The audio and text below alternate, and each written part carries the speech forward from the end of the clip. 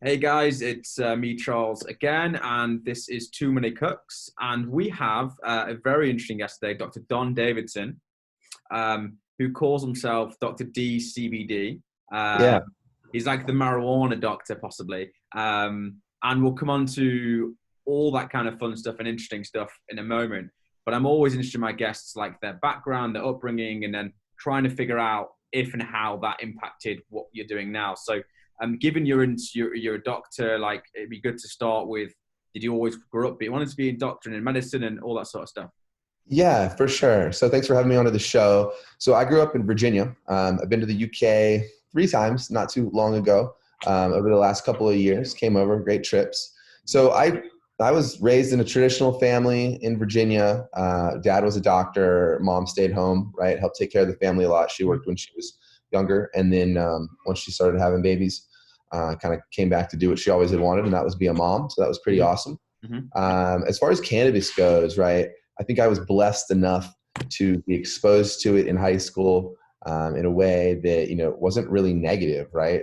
I was simply all one of those people that I never really like, I guess one important point that I want to make now is most people that don't like cannabis or it makes them feel anxious or whatever that may be that is a negative side effect, they simply stop using it. They don't use it. All right. So I was in high school growing up. I never really liked alcohol. I was always a big athlete. I was the best tennis player in my state. And whether I knew it or not at the time, if I used a little cannabis, felt okay. The next day I could still get up at, 8 in the morning, 9 in the morning, 6 in the morning, work out, go to the gym, whatever. Didn't have these negative side effects. So I pretty much went through, college and medical school, got like a 3.9 in college, played a lot of sports, went to the library a lot, used a little bit of cannabis, and didn't drink or party very much. So that was me. And after college, after med school, I didn't really do too much with cannabis for a little bit, but I was lucky enough to again find myself in a position where I was doing research at the University of Arizona. So I did 4 years of med school, right? 4 years of college. It's a biology major with organic chemistry research thrown in, Division I tennis. So if you want to look at me and call me a stoner, it doesn't work, right? I don't fit the image. And interestingly enough, right, when you go back and you study the epidemiology and the history and the papers all the way back into the 1800s, all of the research that was done by preeminent scientists at all these points in time actually go completely against the stereotypes that you saw people that use cannabis portrayed with by people that were, mainly corrupt when you read the American history, right? People like Harry Anslinger, people that really didn't have much to do when alcohol prohibition ended in 1937 in the United States or 1933 or whatever year it was, and they needed something to do. All right, they didn't have any good research at the time that said cannabis was really harmful, and the cannabis fiber, right, was also competing with a lot of new synthetic things as well. So industry didn't like the plant. Right? So there was a time in history where it was very politically easy, right, for some people to go against cannabis and hemp and use it to really as also a political weapon in the United States against gay people, against black people, against Mexicans, and then against liberals in the Cultural Revolution in the 1960s. So, you study the history of the plant, you really begin to have this beautiful understanding of, wow, this is something that's been used for thousands of years by folks in medicine. This is something that will go down in history as really the plant that has taught us more about human biology, probably than anything else, probably more than the willow tree, probably more than the poppy, right? That taught us about opium and things like that. So as I began to get into research at the University of Arizona, I had friends in Los Angeles, and some of those friends were starting what was one of the largest delivery platforms for medical cannabis in the state, or really in the world at the time. And at that time, cannabis was only medical. All right. So that means you had to have seen a doctor, gotten basically what we call kind of a recommendation or just a doctor's note that you can go into a dispensary where they sell cannabis products and buy those. All right. So 5 or 6 years ago, I was talking to you before we hopped on the recording, it couldn't be a different story now. Right now, telemedicine is the coolest thing to do. You don't get corona through your computer, and you can talk to patients. And now with some of these better remote monitoring devices, you can even give higher and higher levels of care beyond just a video chat. So 5 or 6 years ago, that was scary to docs. And if you paired it with any sort of cannabis work, it was extremely scary. It was just new. They were, these other older docs have a multi-million-dollar practice. They don't want any risk, right? So they're not going to do it.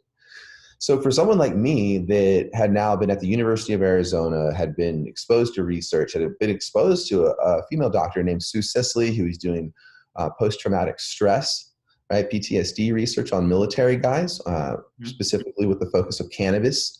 I was exposed to the plant and really the science of the plant, and that was powerful. So my friends in California needed a doctor to come in and start a telemedicine platform for getting people legal so that their company could deliver, right? So I came in and I researched all throughout Los Angeles. I probably worked in about 6 or 7 doctors' offices. All the early telemedicine programs I worked on. So I just have this beautiful picture in my head from seeing thousands and thousands of people of kind of what is the flow, right? What is the best flow through a telemedicine platform of a doctor, a patient, and the admin that has to operate on there and do paperwork and customer service. So we were able to turn a telemedicine platform in California that was specifically staffed by doctors that have been trained in the medicinal aspects of CBD, as well as other non-psychoactive cannabinoids that have been identified as having good effect, like CBG, CBC, CBDA, THC, THCA, THCV, and a whole bunch of other flavonoids, cannabinoids, and terpenes, especially things like beta-carothylene, humulene, that we know have these interesting anti-inflammatory effects. And then, to jump back to around the year 2000, how did people start to get so excited about CBD, right? It had been discovered by scientists, many decades ago. And where did all these plants come all of a sudden that you hear, these are CBD-rich plants, right? So around 2000, there was some more plants that were found to be high in CBD. These were bred up to high levels of CBD over years, just like people found 5% THC plants and bred them up. So what you began to all of a sudden have in California, where a lot of this was being done, was now plants that grew and made enough CBD that it was at a level where it was really financially reasonable to extract, and actually just simply enough of the CBD on the plant to extract and to begin to dose people and make things like tinctures and give that to folks. So that kind of came at a good point in the early 2000s. There was also a lot more research that was coming out on the long-term effects of chronic low levels of inflammation in humans and how that related to the development of certain chronic long-term diseases.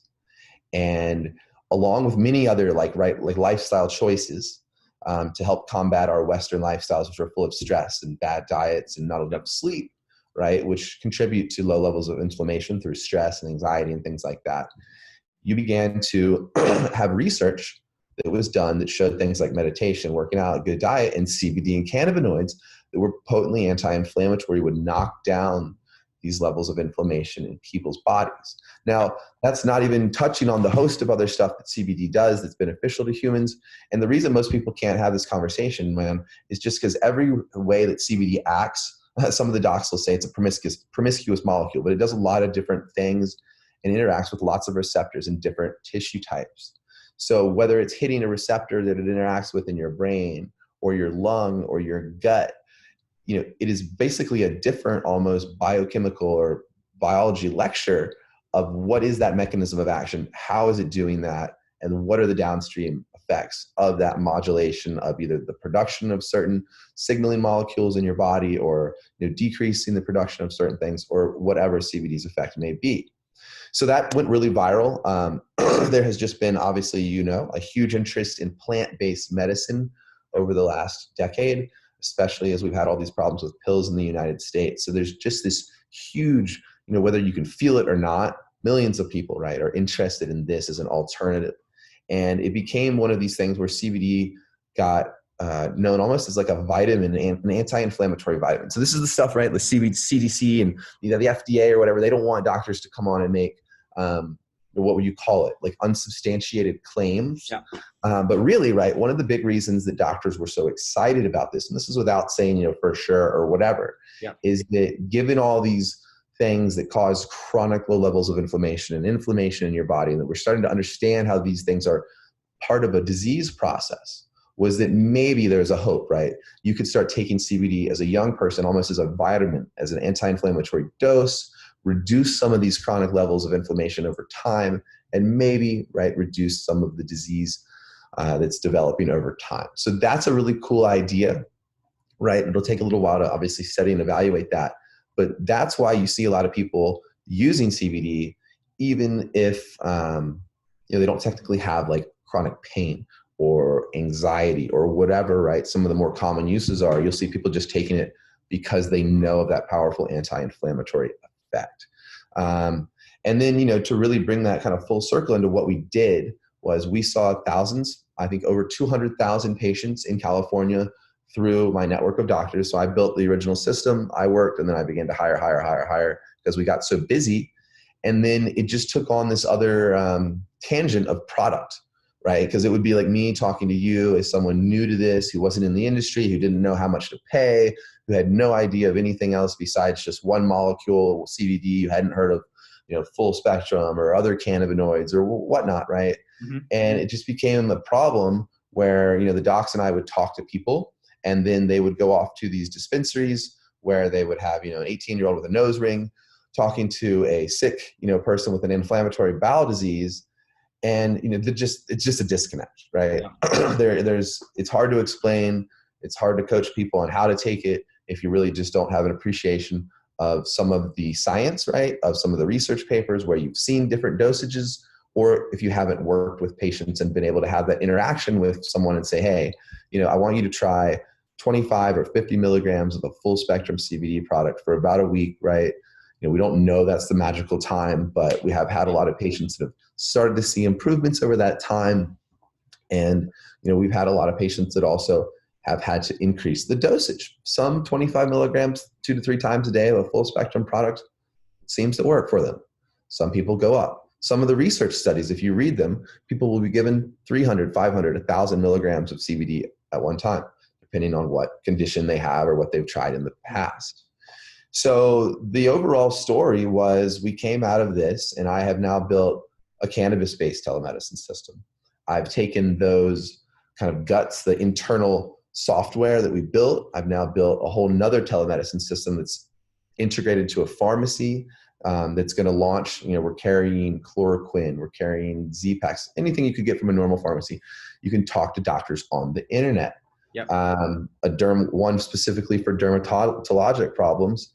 And, we have the Dr. D CBD brand now, which is out there. And that was just our answer to really create what we think is kind of an affordable green pharmacy where people can literally come, hit drdcbd.com, take a look around, shop, and then buy, whatever those kind of really medicines are at an affordable price. And then also be able to reach out to me and my team, through email, through video chat, through whatever, and talk about this stuff.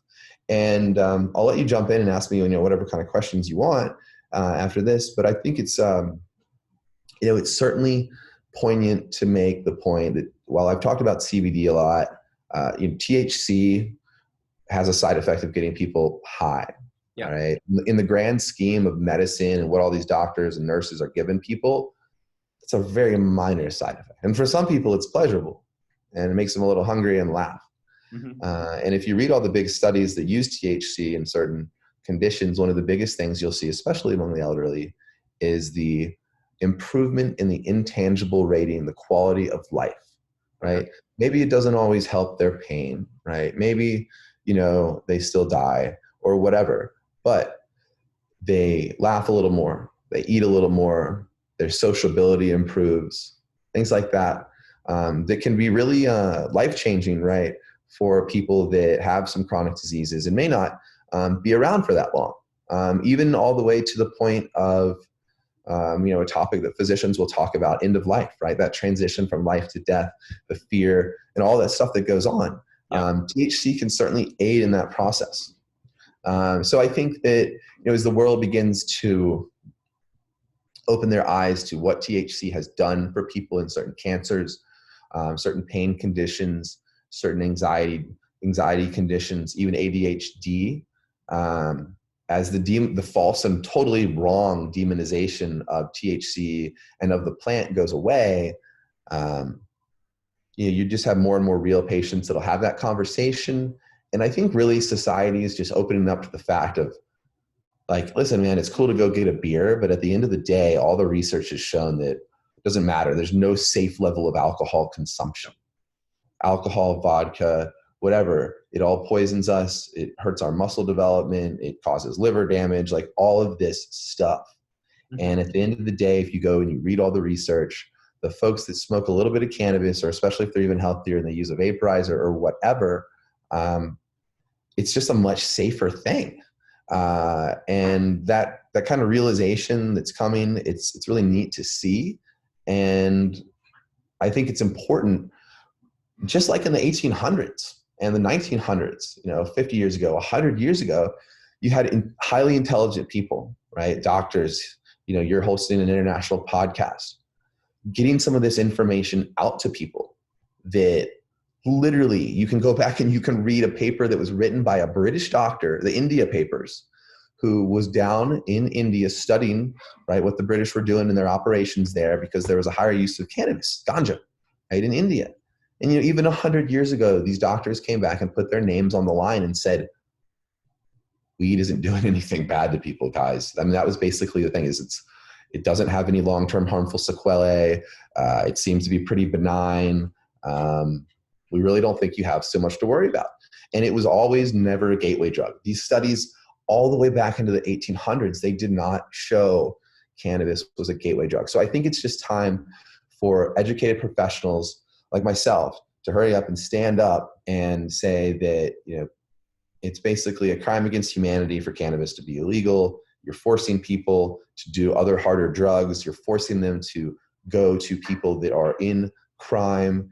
And that's just really not a great thing to force people to do, because the data shows us that the people that want a little cannabis, they don't want other drugs. They don't want a bunch of alcohol. They really just want the plant that makes them kind of relax and go to sleep or whatnot. And, it's an exciting time to see that change. And I think I'll stop here, but one of the last things I'll say is, it's pretty cool to be a 34-year-old guy now and have grown up in a school where I would have gotten suspended if anyone had found me with a hemp leaf or a cannabis leaf or whatever. And to now have been a 34-year-old guy, fly up to a giant farm where the 50-year-old farmer has his 6-year-old kid standing in a field with me next to a bunch of plants, and planting seeds and helping his dad, put that John Deere tractor and grow a whole field of CBD. And, the little kid just looks up at you and he's like, yeah, this is CBD and hemp. I mean, why wouldn't you know about it? And you're like, wow, bro, that's pretty amazing to see in 30 years, right? 20 years change. Traditional, yeah, for sure. Yeah, man. So I could talk forever, but it's, it's an interesting subject, and, it'll be interesting to see how things go in the UK as, legalization comes and all these different therapeutic cannabinoids, help people. And that mindset will change. And, especially as the prices on CBD come down, you're going to see a lot of folks testing this stuff out, and with a little bit of guidance of hey, maybe start at 50 milligrams twice a day, see how it goes for a week, come back, see how you're doing. People can really begin to incorporate this in their lives with a little bit of that knowledge that all of us that have had that privilege of being here in California for the last decade, and working with this, working with growers and working with people have. Because for people that don't have that experience, I totally agree. It is, it's hard. There's not a lot of necessarily guidance. And, the doctors just don't want to, seem like they don't know what they're doing. But patients, man, patients are looking for answers. And this is one for a lot of people that works. Yeah, I mean, on your website, I've got it over here, drdcbd.com, and I'll put that in the description as well. We can have a look at it. You have a plethora of education information on there, people that are looking to just understand this more. And I think that's really kind of welcome, because people, particularly in the UK now, so CBD is now It's a thing. It's here. You can buy it over the counter, in not even pharmacies, just in stores. Right. I've seen that the government are trying to backtrack a bit on that in the UK. They're not quite sure what to do. I think there's this whole, I remember back in school, so I'm 26, so about 10, 13 years ago, I remember a chemistry lesson actually, and the chemistry teacher was telling us how it was part of the prospectus or whatever, the part of the education system, in terms of how bad cannabis was, and it caused anxiety and it caused paranoia, and it was a gateway drug, and this. And I'm like, I knew the kids that were smoking it then, and then also had exposure in Miami, right? My grandparents lived over there, and my best buddy moved out there as well. And I was like, that's not the case. Like, okay, some are doing some like pills and stuff, house party, but that's a different story. But they're not doing it because they've done like cannabis. Like that's no. they're not going, oh, all of a sudden like, oh, that was fun. I mean, I couldn't like. It couldn't be even more of the opposite at our house, here in Nevada, right? We have a brand mansion leased out. It's massive. It's 10,000 square feet. Before Corona, we were doing a lot of events. Here, we're just doing health and, wellness live streams. But, the guys and I that run this house, like the last thing that we want in here really is a bunch of alcohol and a bunch of pills or cocaine or whatever, right? Mm-hmm. We really like the people that would rather come over here and make some healthy food and relax with a little bit of cannabis, which I know isn't going to make, me as the owner of this house, end up with some dead girl that overdoses in a closet. That's terrifying. Yeah. And as someone that is social and that likes people to come over and mingle and meet and, grow businesses and things like that, it's kind of one of, everyone, I think, as they grow, right, we always try and we do a little life coaching on the side too. And that's like setting your boundaries. And like one of my boundaries is I tell people that come to my house, I'm like, I don't allow anybody that's going to come do all this other stuff in here because it's not what I'm about. It goes against all the science that my brand and I are about. Yep. And I have a ton of people in my life that have a ton of fun and that are lovely people that will come over and have a great time without bringing that stuff and all the other risks, that it brings over here. And there's plenty of very nice young ladies, right, that'll have a good time. They don't need all those pills and things like that to do it. And I think if you begin to frame it like that, you just get, a group of people around you that, they get it. There's some crazy idiosyncrasies here, right, and hypocrisies that alcohol is so commonly used. Yet we know people die of cirrhosis of the liver and everything else that's connected to it, and how many people are belligerently drunk and get thrown out of clubs and start doing crazy stuff and violent, all the rest of it. And then you go to cannabis, you're like, oh wait, there's no one that's really died directly from it. There's never a fight outside a party because someone smokes some weed. And so it's like, it doesn't make sense. It's like we've legalized this thing that's like got the most horrendous side effects and the horrendous kind of effects. And yet this thing that's like a plant that seems to be great. And of course we're moving towards plant-based diets and all that kind of cool stuff. Right. All of a sudden people are like, oh, that's also a plant. Oh, wait, hold on a minute. In the United States, I think it's like 1 in 3 people take some sort of like opioid or they take some sort of like pharmaceutical drugs, right? Yeah. Like for schizophrenia or anxiety or like Xanax, what the hell they take. And these things are made in laboratories, whereas other things are made from plants. It kind of just looks a bit weird to me as an outsider. I don't know about this. Yeah, and so that's the point, right? So you as like a non-doctor, you're overgeneralizing a tiny bit there, but you're right. All right.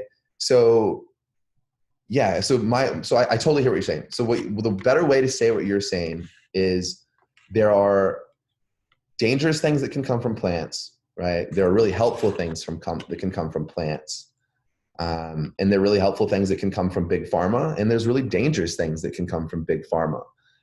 Now, the beauty of it is that cannabis pretty much has less side effects than almost any other thing your doctor is going to prescribe you. And that's really what you're hitting on. And that is correct. And so that is one of the things that actually the people that hate on cannabis and that will talk negatively about it, they never bring that up. Okay. It's a very easy point to kind of get some of the people that don't understand the science of cannabis on. So if you ever have someone on your show and your host, or if you ever have someone on your show that you're hosting, it is like, well, cannabis, this and that, you can just ask them. So do you have anyone in your family that's on medication? Okay. Maybe they have a sister that's on this or that or whatever. did your sister gain weight? Is she unhappy with her body right now because of the side effects of weight gain of that medicine? Or, are the side effects of this other medication that your uncle's on, death and addiction, constipation, right? Like all of these other horrible side effects from these other medications. And then you're just like, okay, so can you remind me of what's the side effect of trying an anti-inflammatory plant, right? Now, another cool thing for all the guys and girls out there, for people like me that have been breeding these plants and working with these plants for a long time, part of it is education. And that is on the topic of just because something has the most THC, right? If you're smoking weed or cannabis, doesn't even mean it's the best or the most enjoyable experience, all right? So what you've found in California and Amsterdam over the last 20, 30, 40 years, right, is you've found that these dispensaries and plants and strains, they've all been bred for the people with the genetics. Remember, everything's based on our genetics, how well you do with certain things. It's all geared towards the people that have the genetics that love THC, right? That we do really well with it. It makes us focus or whatever, right? And not for the people that maybe have the genetics where maybe they do well with a little bit of a lower level or hardly any, right? So what you're seeing now is brands like mine are actually educating people and saying, hey, listen, if you're that pretty guy or pretty girl or cool guy or cool kid and you go to the dispensary and you buy 30% THC weed and your girlfriend flies in from out of town and you're sitting there smoking with all your boys and she comes over and takes one hit and then just wants to go to sleep, that's not necessarily the most enjoyable experience for anyone, right? So we're breeding plants where we've cut the higher THC cultivars. Maybe you've heard of Blue Dream, right? Green Crack, whatever, into a pure CBD plant. So now you have these plants where it's like a 10% THC and 10% CBD level of cannabinoids in each one. And, you smoke that, you don't get as high. It's still enjoyable. It's still focusing for a lot of people. You sober up a little bit faster. And now remember, the whole topic we're really talking about now is it's not a negative thing. For some people, they use a little bit of cannabis and they use it instead of Adderall, right? Stuff like that during the daytime. They use it instead of Xanax. So for some people, it is just, or instead of pain control stuff. So for some people, it is simply a better thing to do than other things that medicine is offering them if it works for them. So yeah, you see these just trends and shifts come, and yeah, I think it's in a really neat place, just medically, socially. It'll be beautiful to see what happens. I mean, for me, man, I want to open up an on-site consumption lounge, but it's not going to be a club setting. It's going to be a library setting, right? I can't tell you how many nerds out there like me, all right, out there just like to not drink a little bit. We use a tiny bit of cannabis. We read a lot. We study. We drink coffee. And that's my vibe, right? So like when I open my on-site consumption lounge, it's going to be like good CBD and weed and cheap coffee, right? Basically, and it's going to be, and it'll be health food, some very light, affordable health food, right? Because everybody's poor, whether they want to or not be. A lot of the world just is. So my thing has always been to try and stay true to the plant, which is it's affordable and easy to grow, and that it is fairly healthy for folks, it seems like, for most people, and to just create that environment where, listen, it's okay to be cool and use a little bit of cannabis and eat some healthy food and hang out with your girlfriend or your guy friend or whatever and study. You can stay at my little cannabis library and work away quietly until 2 a.m. and hang out with your friends and drink a little coffee and tea. And that's totally cool. And there's not a pressure for you to have to go out to a club and drink a bunch of alcohol if you don't want to do that. And that goes right back to the 1800s. In the 1800s, there were cannabis lounges in almost every city in the United States, all the way from New York City to Cali. And, it's just a total revolutionary way of thinking and of really, I think, just simply getting professionals that use this stuff out from behind the curtain and saying, hey, there's a better way. It's not bad. Do you see then at some point it's more legalized across the United States and also the globe, that they'll become effectively a Starbucks of this kind of space, a place where a chain of people hang out, where it's kind of supervised and however it's done? Do you see that being a thing possible? Yeah, for sure. I think you're seeing it in some forms in California as already. I don't think you've seen the the real kind of library effect done. You'll see it somewhat in Amsterdam with some of the coffee shops like that, where again, it's just kind of a cafe where you can go in and be normal and smoke a little weed and, get stuff done. Yeah, but you're going to see it done on a bigger scale in the United States. That's for sure. In terms of, so there's a whole range of CBD products, and I don't know what the licensing's like in the US. Can anyone sell them and the regulations, but right. Is there a bit of an issue? So you're obviously medically trained and you're going down that route of the science and proven and all these reports. So this of the fact that there's others that aren't basically doing the biggest issue which you're touching on there is simply that right now in the United States, what people are struggling with and what they'll struggle with in the UK as well is that they left the THC plant regulation to the states. All right. So it's all state by state. They passed a farm bill here in the United States, which lets all the states basically be legal to grow and manufacture hemp products and CBD products. But what they didn't do in that farm bill is establish like a nationwide kind of standard of testing, right, or requirements for that sort of a thing. And so that's what's led to some of the confusion and kind of calls from the industry, from people like me even, of, hey, there needs to be some sort of a standard out there for all the hemp brands to get testing and have that testing be something that the public can verify as legal, because otherwise you do get people that are in the marketplace with poor manufacturing techniques or that just don't really care, right, and want to make money. And they give people underdose products or products that just aren't made in a very well controlled environment. So they simply are not very well homogenized, and the cannabinoids aren't mixed very well through that. So, all of us that have been here in the United States with our brands building that, we've all gone through the phases of, being a small company and growing and being bigger, and, now having everything that we touch being made in FDA, GMP registered facilities. Everybody's wearing their lunettes and their masks when they make any sort of a Dr. D CBD product. That's really what you want. And then, beyond that, right, it's not even just CBD anymore, right? One of the big things that we saw happen to a lot of farmers actually was they got caught up in not knowing the science of where the weed and the CBD space was going. Mm-hmm. So they think that, I'm just going to grow hemp and I'm going to grow 100 acres and we're going to just make a ton of money and it's going to be easy. And heck, you know what? These tinctures, we'll set up a tincture line. And we'll bottle our own tinctures, and we're going to be really unique. What is a tincture? Tinctures. So the tinctures are the little bottles. Right. Drops, right? So this is like a Dr. D CBD tincture that has 3,000 milligrams. So that's what those are. But now, almost everyone can make a CBD tincture, right? At least a basic one. Mine are a little different because we have a really neat spectrum, and we work to include all these other non-psychoactive cannabinoids that are healthy. But if you just want to go now to a factory and say, hey, white label me a bottle of an isolate CBD, I don't want to think about it. I don't care what the flavor is, just do it. You can do that now.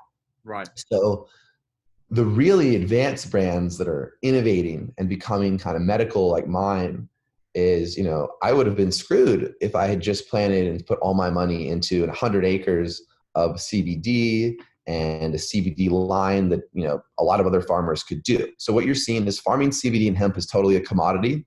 All right. It'll become a commodity, and the brands that are really medical, they're adding other cannabinoids. So you have to have connections to other farms or other chemists that can synthesize things to really become relevant and to really make what is going to become the like preeminent sorts of tinctures and drops and things out of this, right? So you might have maybe Dr. D brand releasing a tincture in 6 months and redoing our entire line. We might say, you know what? Why are we making all these drops that are CBD and CBG and this and that? We should really just make some super tinctures that harness that entourage effect where we know that these different cannabinoids working together are more powerful than they are alone. So yeah, being able to source, being able to grow multiple different cannabinoids, CBD, CBG, CBC, THCV, like these are the things now that are starting to separate the really medical doctory brands behind an advanced lab testing behind, hey, like I'll just go get a tincture at the gas station and I'll take my, CBD drops. We're actually dropping off some of the lower dosages off our website because just clinically, we don't see them working as well. So, you have a lot of stories where people will say, oh, CBD doesn't work for me. And then you have to go back and ask, hey, like, what product did you take? Yeah. How much did you take? How frequently did you take it? Like all these sorts of things. Did you keep track of how you felt? So anyways, yeah, and it's going to be cool. I think, if people want to follow a brand, whether you buy my stuff or not, I always have three things I say. If you learn anything, that's awesome. I've been around for a bit, even though I look young in the space.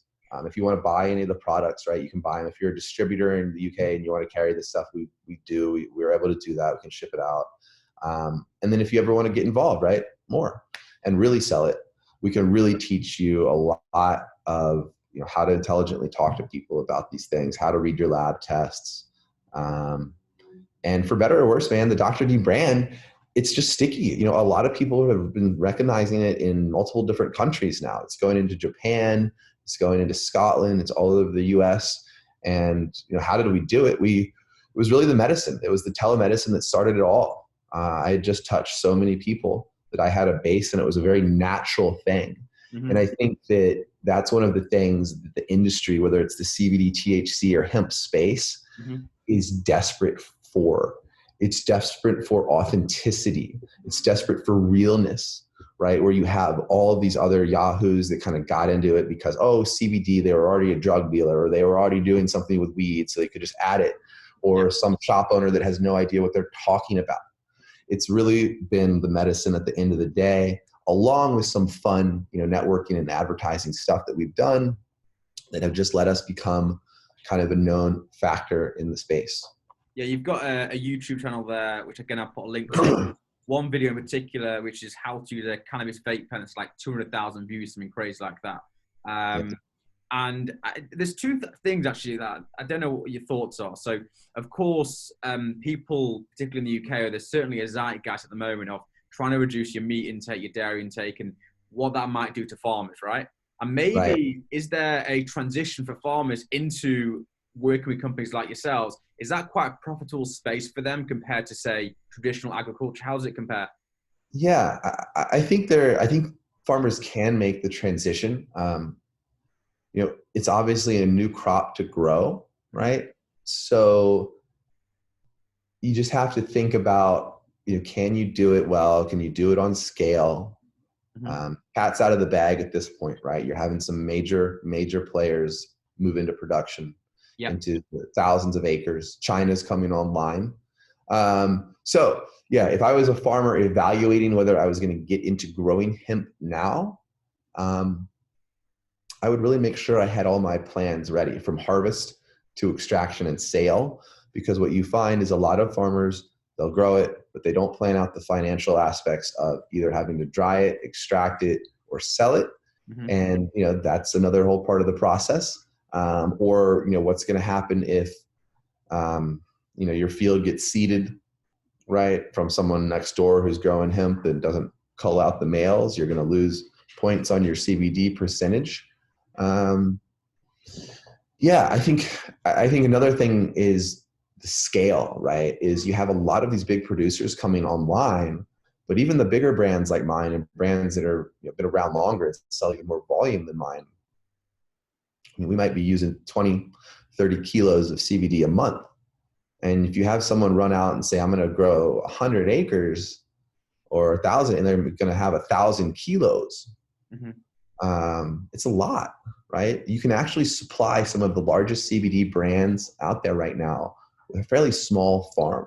Right. So yeah, I think there is some money to be made. I think that people really need to understand their due diligence, especially with this, commoditization of farming, right? Yeah.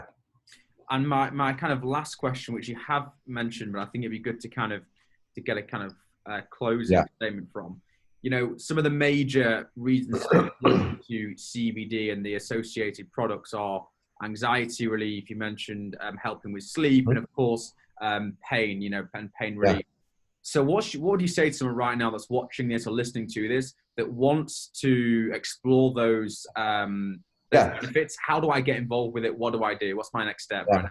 Yeah. So there's a couple things to think about. So one, the big four that you really talked about, or you hit on: sleep, pain, anxiety, certain skin conditions, I think is big. And then even making sure that we include the fact that young people could possibly benefit from taking CBD every day as an anti-inflammatory, basically prevention. As well, Right? like taking a vitamin type thing in the same vein. Yeah.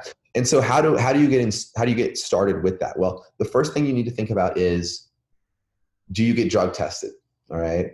Because the full spectrum products are what science has shown has the most therapeutic effect over simply just an isolate pure CBD. All right. So that's when you see like a tincture like this, that says full spectrum on it is, a better therapeutic product than just a tincture that says CBD only. Now, given that, if you're a firefighter or a cop, a Class A driver's license holder or whatever, and you're going to get drug tested and you can't have any THC, CBD all by itself can still do a lot for you. So just pick where you want to start. And then really what you want to do is the go low and slow approach. All right. This lets you kind of find what doctors call your minimum effective dose.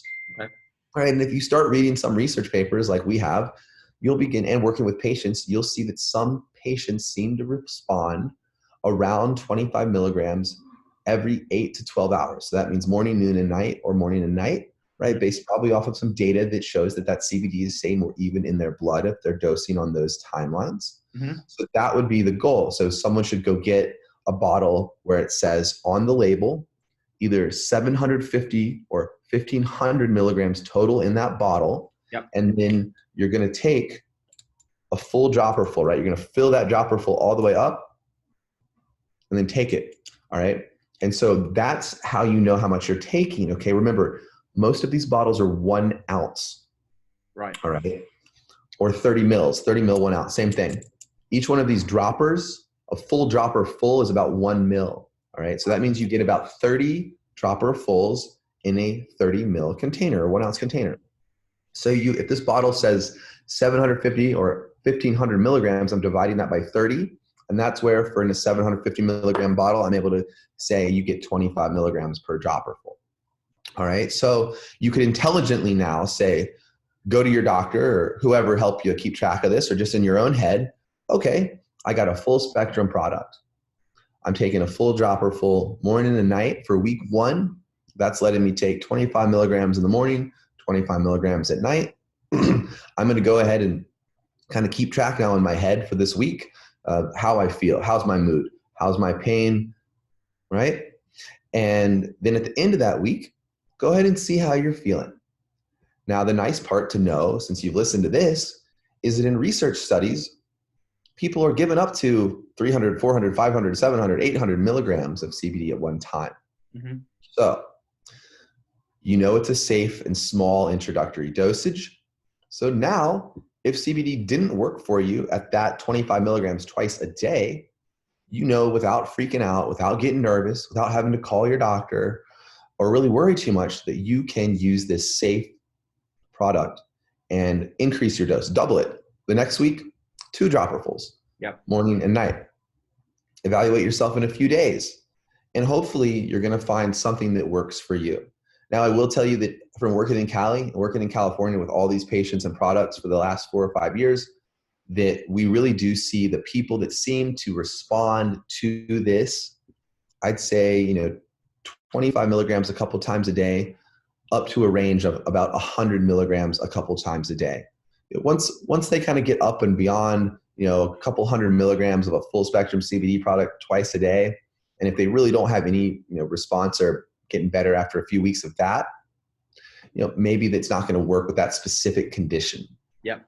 And be enough. But, there's also using it to as an adjunct in chemotherapy. There is certain data that shows that it's better for certain sorts of cancers. But one of the big things that I don't want to let people forget is that the side effects, the nerve damage from chemotherapy and things like that, that's where some of the best data from CBD is coming, is that it can help reduce, right, what we call chemotherapy-induced neuropathies and things like that. So, people have to really explore this. The topicals, right, are also very powerful and extremely popular. So this is something that you can use after the shower, or really anytime you get like neck pain, muscle pain, lower back pain. People with headaches will sometimes rub it on their temples. So that's a way that you can use a topical CBD-rich product as needed, while taking a baseline dosage of an oral to get that in your body. And remember, it's different, right? Taking it orally is going to let CBD help you with different things than just putting it on topically. So we usually would coach people to do both. We'd say, hey, make sure you get your baseline by mouth, carry that bottle of pain relieving lotion around with you, and you can use that whenever you need. And hopefully that's going to reduce what you're having to do with any sort of other meds like narcotics or ibuprofen. And for some people, the results are pretty dramatic. That's it's been a really educational piece for me, because I'm not that well up on it. I know about it to an extent, but absolutely, you're certainly an expert in this area. It's been an absolute pleasure to have you on, and I hope people watching, listening, take a little snippet here, as the benefits and to how they can get involved with it should they wish to. I'll pop all the kind of links and various things to your website. You've got, as I said before, so much information on there, so people can look at it for themselves rather than just trusting somebody else. And what you guys see behind us is a little green screen, because we go live a lot, just like you're doing your podcast. We'll even put a green screen, up and have our brand logo on there behind us. But yeah, man, it's been a great talk. Love the UK, right? Lots of great stuff over there. So, maybe we'll have some fish and chips or something. And when I come back over, or come down to Vegas, and we'll take you out. And it's been great. We appreciate you having us on. Superb. Thank you, Doctor. Take care. Cheers.